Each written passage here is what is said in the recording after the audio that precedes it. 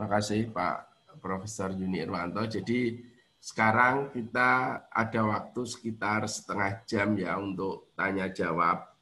Ini beberapa ini sudah eh, beberapa sudah dijawab oleh Ustadz Nanung gitu. Tetapi mungkin kurang mantap ya Ustadz Nanung ya kalau tidak mungkin ini sebagai untuk bacaan mungkin dielaborasi lebih lanjut Ustadz Nanung dengan suara karena mungkin beberapa peserta ini merindukan suara dari Ustadz Nanung.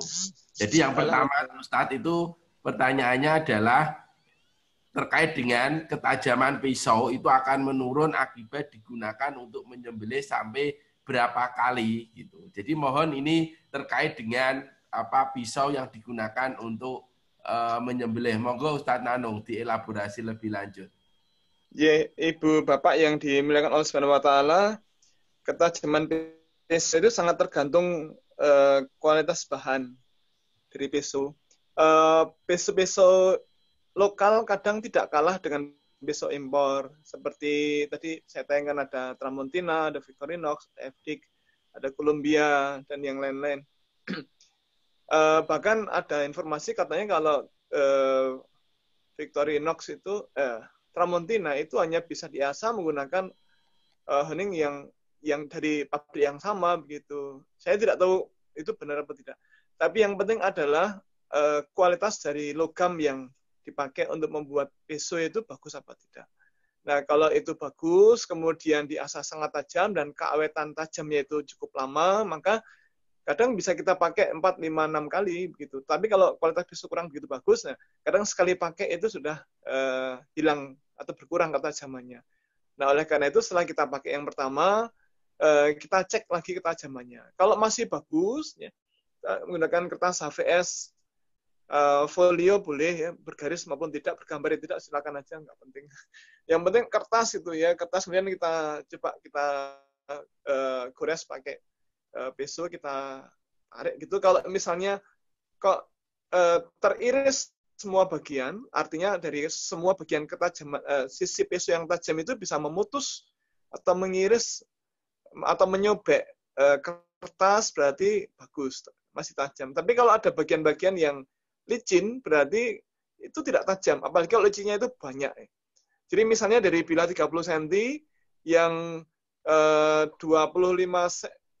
cm itu tajam, yang 5 cm itu nggak tajam, apalagi di tengah, berarti dia tidak tajam. Jadi kalau semua bagian itu tajam, tidak licin, maka itu masih bagus. Saya kira demikian. Oke, makasih Ustadz Nanung. Kemudian ini, terkait dengan pertanyaan dari Pak David Laksamana.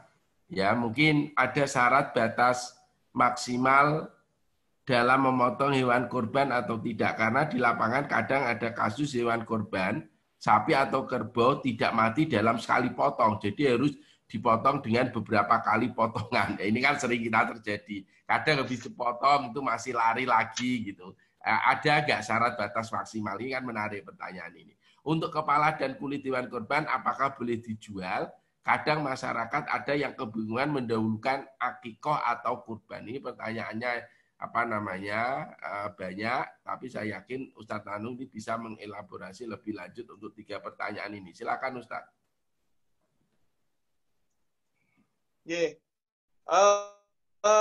Bapak Ibu, yang pertama memang Pak kali besok ya. Ini ada orang di internet itu bahwa itu hanya boleh begitu. Nah, ini nampaknya mereka yang berkomentar ini barangkali kurang berpengalaman. Kalau berpengalaman tentu sangat paham hewan itu punya gelambir apa tidak. Hewan itu punya gelambir apa tidak. Kalau sapi yang ada gelambirnya, itu nggak bisa sekali 2 kali. Harus sampai beberapa kali. Nah, lain yang gelambirnya sangat pendek, apalagi tidak ada gelambirnya, itu bisa sekali tarian itu bisa. Kan kita bisa pakai yang model dorong, bisa model yang tarik ya. Yang beso lurus untuk yang dorong, yang beso melengkung itu untuk yang modal tarik. Nah, kalau ketajaman bagus, kemudian gelambirnya pendek, itu bisa kita sembil dengan 1 kali tarian. Nah, tetapi kalau yang itu barangkali butuh beberapa kali tarian beso itu baru bisa terputus semuanya. Nah, lalu berapa kali standarnya? Tidak ada standar. Yang paling bukan tidak ada standar. Yang paling baik adalah yang paling cepat. Dan Rasul bersabda, janganlah kalian mengangkat beso kalian ketika menyembelih. Nah, makna di situ memang ulama ada 2 pendapat. Pendapat pertama mengatakan itu maknanya makna denotatif. Artinya kalau nyembelih ya beso nempel terus, tidak boleh diangkat. Kalau diangkat batal sembelihannya. Tapi jumhur sebagian besar ulama berpendapat makna larangan itu adalah sembelihan jangan disambi-sambi gitu. Penyembelihan harus segera dalam waktu yang simultan berlanjut itu memutus 3 saluran sesegera mungkin. Tidak boleh baru 1 irisan, baru saluran nafas ya. Kemudian saluran makanan belum terputus, saluran pembuluh darah dua-duanya belum terputus, tiba-tiba ada telepon terus kita angkat telepon. Halo? Nggih, Pak, ini saya baru nyembelih sapi. Nggih. Gini nanti malam saya tak telepon ya. Ini maaf ini tanggung saya baru nyembelih sapi. Nggih, salah ya. Nah, terus HP diletakkan, dilanjutkan lagi itu nggak Bu. Apalagi baru nyembelih baru 1 irisan terus ingat, ya Allah aku baru ngadus, mandi dulu sampai keramas, lanjutkan lagi nyembelihnya nggak boleh. Tetapi setelah 3 saluran terputus, besok boleh diangkat. Karena tidak ada alasan melarang mengangkat itu. Emang kalau saluran sudah terputus, terus besok diangkat, terus tersambung lagi? Tidak. Jadi makna di situ adalah janganlah ketika menyembelih disambi-sambi. Jadi harus memutus 3 saluran langsung. Harus 3 saluran terputus langsung, secepat-cepatnya. Nah, kalau sudah 3 saluran terputus langsung, maka besok boleh kita angkat. Kemudian tentang kulit, ya, kulit dan kepala ini bagaimana, Bapak Ibu? Itu di layar kita tayangkan. Paling utama kulit dan kepala itu disedekahkan ke lembaga sosial. Boleh ke pesantren, boleh ke panti asuhan, boleh ke rumah tahfiz, boleh ke panti beredar dan seterusnya. Lembaga sosial disedekahkan. Nah, oleh mereka mau diapakan, ya terserah mereka. Tetapi kemudian kadang muncul problem. Nah, sebuah lembaga dapat 1 lembar kulit itu diapakan ini? Nah, kalau Pak Yuni, Ustadz Yuni, tahulah saluran-saluran ini dibawa kemana. Tapi kalau orang tidak ada koneksi, ini bagaimana? Dijual kemana? Bapak Ibu, besok itu para pengumpul kulit itu hanya datang di tempat di masjid yang menyembelih lebih dari 3 ekor. Kalau yang 1 ekor itu nggak cocok. Jadi mendatangi, jauh-jauh datangin, turunkan timbangan, nimbang itu hanya nimbang 1 itu mereka hindari itu. Nah akhirnya kulit itu menjadi membusuk di lokasi. Nah akhirnya malah merepotkan. Nah oleh karena itu kita ambil jalan tengah, pengurus takmir masjid boleh membantu menjualkan. Kemudian uangnya disedekahkan, itu yang baik. Tapi secara umum, kalau kita lihat di hadis Nabi itu, ketika Rasul dawi menantu beliau, yaitu Sayyidina Ali untuk jadi panitia kurban, Rasul kan melarang Sayyidina Ali menjual kulit dan kepala itu. Nah, makna di sini sebenarnya adalah, janganlah kemudian kulit dan kepala itu dijual, kemudian uangnya dikembalikan ke sahibul kurban. Itu nggak boleh. Nanti akan lebih sepertiga bagian yang didapatkan. Nah, tetapi kalau kemudian uang hasil penjualannya itu disedekahkan untuk lembaga atau orang yang membutuhkan, fakir miskin boleh. Atau diwujudkan dagingnya dibagi ke masyarakat boleh. Atau diwujudkan daging, terus dimasak bareng-bareng, dimakan orang sekampung boleh. Atau makanya judulnya itu pengajian nanti malam. Jadi paginya beli, malam itu pengajian. Jadi ya aslinya itu makan-makan, tapi judul pengajian. Nah itu ya boleh. Atau dibelikan, misalnya hasil penjualan kulit itu kok ketemu uang 3 juta untuk beli kambing. Kambingnya disembelih. Kemudian dagingnya dibagikan ke masyarakat, boleh silakan. Yang tidak boleh adalah kalau kemudian uang hasil penjualannya kembali ke sahibul kurban, itu yang tidak boleh. Kira-kira demikian. Oke, makasih Ustadz Nano. Kemudian ini ada pertanyaan dari tadi Pak Rohmat sudah. Ini masalah apa namanya kaitannya dengan apakah petugas penyembelih kurban harus menggunakan APD mungkin ya, angkat alat perlindungan diri Perlindungan diri. melindungi SARS melalui mulut, hidung dan mata. Sudahkah disiapkan standar APD untuk mereka? Terima kasih. Monggo Ustaz Nantung. Ini kaitan antara alat perlindungan diri dengan penyembelian. Bapak Ibu, sampai saat ini memang belum ada penelitian, belum ada publikasi. Penelitian mungkin sudah ada, tapi kalau publikasi belum ada yang menunjukkan bahwa virus corona bisa menyebar lewat ternak ruminansia yang disembelih, sapi, kambing, kerbau, domba, itu belum ada publikasi. Belum ada itu ya kita tidak tahu. Tetapi kenapa kemudian para petugas, kenapa kemudian direkomendasikan oleh pemerintah atau dianjurkan atau diarahkan untuk disembelih di RPH adalah pemerintah menganggarkan semua petugas jagal di RPH itu dibelikan APD, sehingga kemudian ketika menyembelih itu mereka menggunakan APD. Jadi tidak hanya menggunakan daster, celemek ya tadi ya, kok daster tuh, celemek, kemudian pakai sepatu boot, kemudian pakai kaos tangan double, yang karet sama yang di dalam anti gores, kemudian pakai masker, pakai pakaian perlindungan yang rapat, pakai face shield, ya lengkap sekali. Itu dianggarkan pemerintah. Nah, bagaimana dengan kita di kampung-kampung? Ya, kalau memang disepakati oleh pengurus takmir dan Saiful Kurban untuk dibelikan, ya saya kira lebih bagus. Tapi kalau kemudian anggarannya dirasa wah, kalau kita memberatkan, ya sudah. Kalau memberatkan ya lebih baik minimal menggunakan masker sama face shield itu aja. Kalau nggak ada face shield menggunakan helm yang ada kacanya itu dipakai. Itu aja nggak apa-apa. Ya. Karena di login yang penting selamat. Saya kira demikian Allah bisa. Terima kasih.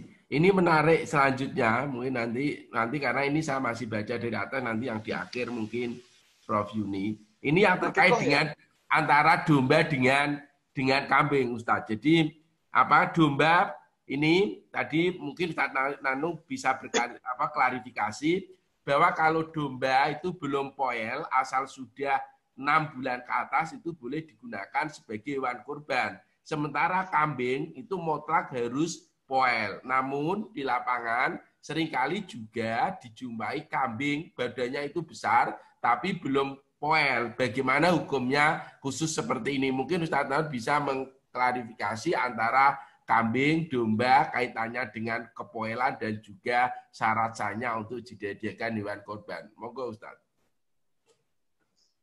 Jadi begini, antara kambing dan domba memang ada perbedaan. Sama-sama kambing dan sama-sama kambing saja, beda jenis kambing. Kambing-kambing lokal di Indonesia, kambing di Eropa, kambing di Australia itu memang beda-beda. Domba juga begitu. Tetapi secara umum memang mereka jadi 6 bulan. 6 bulan itu sebenarnya kan belum dewasa tubuh, baru dewasa kelamin. Nah, maka sesungguhnya kalau kita melihat pada hadis atau tuntunan Rasul, hadis yang ada itu adalah tentang musinah dan jaza'ah. Musinah itu kan berganti gigi. Nah, sedapat mungkin kita mencari hewan-hewan yang sudah berganti gigi, yang sudah poel. Nah, apalagi kalau kita pernah umroh lah minimal ke Saudi, umroh ke Saudi ya. Nah, kita tahu persis mencari hewan yang musinah di sana tidak semudah mencari hewan musinah di Indonesia. Maka wajar kalau kemudian Rasul itu merekomendasikan kalau yang musinah tidak ada ya jasa nggak apa-apa. Belum poel nggak apa-apa. Yang penting pertumbuhan sudah sempurna, sudah dewasa kelamin, dewasa tubuh, hanya belum ganti gigi. Ya. Berarti dia masih jaza'ah. Jaza'ah itu sudah dewasa kelamin dan dewasa tubuh, tetapi belum ganti gigi, itulah jaza'ah. Kira-kira demikian. Oke, makasih. Kalau yang berarti tetap nggak memenuhi syarat ya Ustadz kalau itu kambing tetapi dia belum poel. Kalau belum poel, asal sudah dewasa tubuh dan dewasa kelamin, itu boleh. Itu disebut sebagai jaza'ah. Oke. Jadi kira-kira umurnya 1 tahun lebih sedikit lah gitu. Kalau kambing atau domba. Kalau seperti itu kan yang tahu dewasa tubuh, dewasa kelamin itu kan ya orang-orang tertentu ya kan. Karena begini, sebenarnya kalau kita tertib ya kita bisa sebenarnya mengetahui dengan pasti umur hewan kurbannya dengan melihat akta kelahirannya. Nah, karena sekarang kan sudah banyak kelompok ternak yang punya recording, ya, punya catatan itu. Cuma kalau tidak ada recordingnya, kita tidak ada kepastian mengenai umur hewannya, maka yang bisa kita lakukan untuk memperkirakan umurnya adalah dengan melihat gigi itu. Maka itulah Rasul menggunakan istilah musinah. Karena sinun itu artinya adalah gigi. Oke, makasih Ustaz. Kemudian mungkin ini yang pertanyaan yang apa namanya, yang dari Pak Heri Untarto. Ini belum dijawab ya Ustadz ya. Okay. Jadi saya bacakan pada saat ini keahliannya Ustadz juga karena terkait dengan halal haram. Tapi oke lah. Pada saat ini banyak jenis makanan baru yang bahan bakunya itu berasal dari hewan yang hidup di dua alam seperti suike, daging ular, dan lain-lain. Apakah makanan demikian termasuk diharamkan atau tidak menurut Islam? Yang kedua, ini beliau juga menanyakan tentang status kehalalan dari bahan makanan yang dibuat dengan cara fermentasi, misalnya dengan menggunakan vetsin dan sebagainya, bagaimana mengujinya termasuk halal atau tidak dalam pengolahan bahan bakunya. Jadi yang kedua itu nanti dalam hal menguji, mungkin nanti ini yang jawab adalah Profesor Yuni Irwanto karena beliau yang yang banyak ke pengujian, sedangkan yang status kehalalan ini monggo Ustadz Nanu untuk pertanyaan yang pertama. Bapak Ibu terutama Pak Ari Untarto ini dari biologi UGM ya, karena dulu ya betul udah biologi UGM Pak, senior saya di farmasi. Jadi kelingan oh ngatan alhamdulillah Ibu Bapak. Jadi begini, dalam materi kajian kaidah fikih halal dan haram itu disepakati para ulama bahwa semua makanan, semua binatang itu halal kecuali apabila disebutkan haram di Quran. Nah, maka karena tidak ada keterangan di Quran maupun di hadis mengenai hewan yang hidup di dua alam, maka tidak tepat kalau mengharamkan sesuatu dikaitkan dengan sifat hidupnya yang hidup di dua alam. Jadi sekali lagi tidak ada firman Allah di Quran maupun hadis di buku hadis manapun, termasuk di Sahih Bukhari Muslim, Anul Marjan, Bulughul Maram, Tabiul Ghafirin, Nailul Adhar, ternyata tidak pernah ada hadis di mana Rasul melarang sahabat memakan binatang yang hidup di dua alam, itu tidak ada. Maka yang namanya bulus, penyu, kemudian kepiting, itu semuanya halal. Lalu apakah kata atau kode itu juga halal? Enggak, kata atau kode itu diharamkan bukan karena hidup di dua alam, tapi karena ada larangan Rasul ya, bagi sahabat membunuh kata. Nah, ada sebuah hadis, ada seorang tabib yang bertanya pada Rasul mengenai kata atau kodok yang biasa dijadikan sebagai campuran obat. Nah, kemudian itu Rasul kemudian melarang si tabib tadi menyembelih atau membunuh kata atau kodok. Nah, karena Rasul melarang tabib tadi membunuh kata atau kodok, maka dagingnya haram. Apa ya, Ibu, mohon maaf, kalau kata atau kodok tidak boleh disembelih, lalu bagaimana cara makannya? Satu, disembelih nggak boleh. Yang kedua, kalau dimakan hidup-hidup, ditelan hidup-hidup gitu sampai ke leher dia malah mancal keluar. Dinatkan lagi mancal lagi keluar. Dinatkan lagi malah terus gimana itu? Ditunggu sampai mati berarti dia bangkai. Bangkai itu disebutkan haram sampai 4 kali. Maka karena tidak ada pilihan lain tentang cara makan kata ini, maka kemudian ulama mengharamkan memakan kata. Ada lagi hadis yang lain, Rasul kalau tidak salah dari Abdullah bin Umar. Dia mengatakan bahwa janganlah kalian membunuh kata atau kodok karena suaranya merupakan tasbih. Nah, oleh karena itu kata atau kodok diharamkan karena tidak boleh dibunuh. Beda dengan ular. Ular itu diharamkan, satu, karena dia binatang karnivora. Ada kira-kira 4 hadis mengenai larangan memakan daging binatang yang memiliki taring. Ya, binatang buas yang memiliki taring.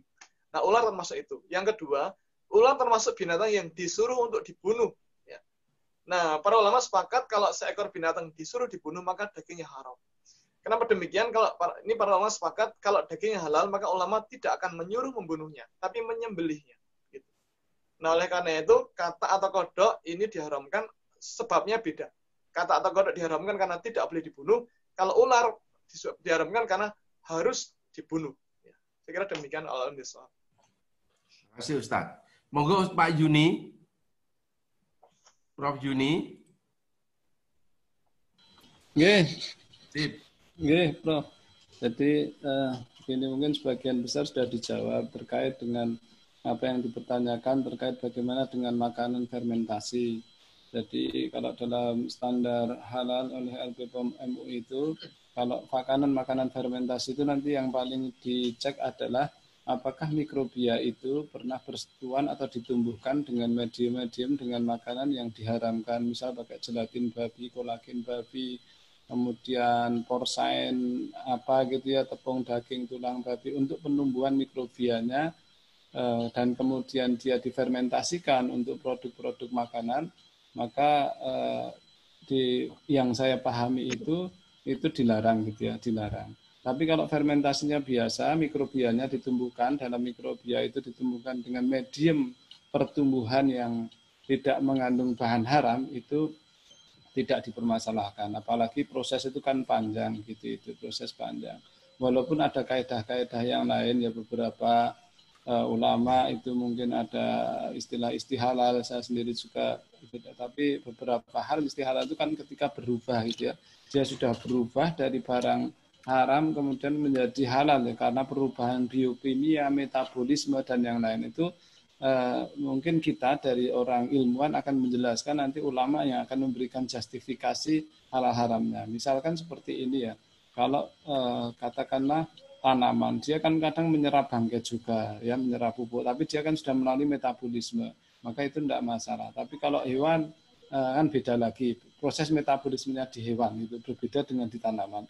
Maka itu sebenarnya di zaman sekarang itu tidak bisa kemudian hanya ulama saja, ilmuwan saja, harus bersama-sama saling mengkaji dan kemudian nanti menyimpulkan sampai tahap berapa misalkan hewan dia kena katakanlah makan bangkai atau makan katakanlah barang haram, itu di metabolismenya berhenti berapa. Ini saya sebenarnya tertarik untuk meneliti ya, unsur-unsur itu bertahan di pencernaan, di organ sampai berapa lama, sebagai sokongan kita kepada ulama sebenarnya bisa seperti itu. Tapi intinya makanan fermentasi selama ini dihalalkan oleh MUI selama dia itu medium atau mikrobia yang digunakan tidak bersentuhan dengan medium yang diharamkan.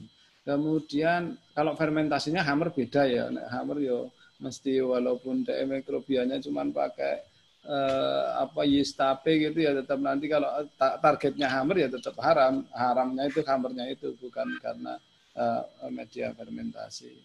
Itu kira-kira kemudian cara mendeteksi bagaimana? Selama unsur-unsur itu masih bisa ditemukan, yang dikembangkan oleh Pak Abdul Rahman itu ya dengan DNA, dan saya juga bersama dengan Pak Abdul Rahman itu base kepada DNA. Selama unsur-unsur DNA-nya masih bisa ditemukan, maka kita bisa memastikan. Nah, unsur DNA itu bisa ditemukan atau tidak tergantung proses. Kalau dia masih tersisa, walaupun konsentrasinya hanya 0,1%, masih bisa kita deteksi, insya Allah gitu ya, artinya itu seperti itu. Tapi kalau dia sudah berubah wujud gitu ya, tapi kalau DNA itu kan ya masih terlacak gitu ya. Kalau protein dia kena panas boleh denaturasi, pecah-pecah. Tapi kalau DNA-nya sebagian walaupun sudah dengan pemasakan masih bisa terlacak. Selama unsur DNA-nya ketemu, insya Allah kita bisa memastikan apakah ada DNA babi atau tidak gitu itu, atau ada DNA yang dilarang atau tidak. Misal anjing dikatakan haram, kita masih bisa mengeceknya sampai batas kontaminasi kecil ya, 0,1% kalau dalam produk itu masih bisa dideteksi gitu itu. Saya menambahkan sedikit ya, walaupun tadi bagian Pak Nanung pertanyaan yang masalah akikah dengan korban itu kan belum dijawab. Ya ini untuk saya aja karena sudah terlanjur ditanyakan biar tidak ganjel gitu ya, tidak ganjel. Saya juga cuman kemarin belajar kepada ulama-ulama yang lain, mendengarkan saja kalau jawaban dia itu begini. Jadi akikah itu kan kewajiban orang tua, gitu. Sementara korban itu kan masing-masing individu, gitu ya. Karena akikah itu kewajiban orang tua, maka yang wajib mengakikahi adalah orang tua. Nah, kalau kita ingin, kita belum kecil, belum diakikahi, sebenarnya tidak apa-apa kalau kita tidak mengakikahi. Tapi kalau kita ingin juga berbakti kepada orang tua, kita juga ingin menyenangkan orang tua, uang kita kasihkan kepada orang tua, kemudian orang tua ini, mbok aku ndedit 5 yuta mbiyen pernah akikah, Jadi mang itu tukok ke kambing loro sing gede-gede yang gajine Pak Duroman wis akeh itu beli kambing yang besar-besar jantan untuk akikah enggak masalah gitu itu. Tapi tetap dilewatkan kepada orang tua ya tidak sendiri. Sementara kalau korban kewajiban sendiri. Mana lebih dahulu ya kalau untuk individu kita tetap individu kita ya berkorban. Kalau akikah adalah kewajiban orang tua. Nah, kalau kita ingin dua-duanya ya berkorban dulu nanti nabung lagi sisakan orang tua kita kemudian saya sendiri ya orang diakikai karena malah dadi kelingan nanti ngomong biyen nih doran duwe randedet kecuali randedet ya ilmune ra paham gitu ya mana sing diutamakan kadang yang tidak utama kan gitu orang-orang dulu ya itu ya kalau selamatan orang meninggal itu diutamakan sing diutamakan sing lahir kadang nggak dipikirkan itu juga sebenarnya ya wis salah kaprah seperti itu. Oh alam bisa. Gitu ya Bapak Ibu sekalian. Terima kasih. Pak Profesor Yuni dan juga Ustadz Dr. Nanu Danardono. Jadi Bapak Ibu semua alhamdulillah sampai akhir kita masih pesertanya 57-58 ya. Jadi sebagai kesimpulan bahwa kegiatan kali ini saya yakin sangat bermanfaat sekali untuk memberikan pemahaman kita terkait dengan hewan kurban, karena bagaimanapun hewan kurban ini ataupun penyembelihan hewan sebagai suatu ibadah sunat muakkad ini ada atau terkait dengan beberapa aspek. Di situ ada aspek hukum syar'inya, aspek fikihnya, kemudian aspek kesehatan hewannya, ya aspek teknik penyembelihannya, sehingga prosedur penyembelihan tadi itu berlangsung secara syar'i sehingga hewan tadi itu betul-betul layak dan dagingnya itu betul-betul halal dikonsumsi oleh masyarakat. Jadi seperti itu.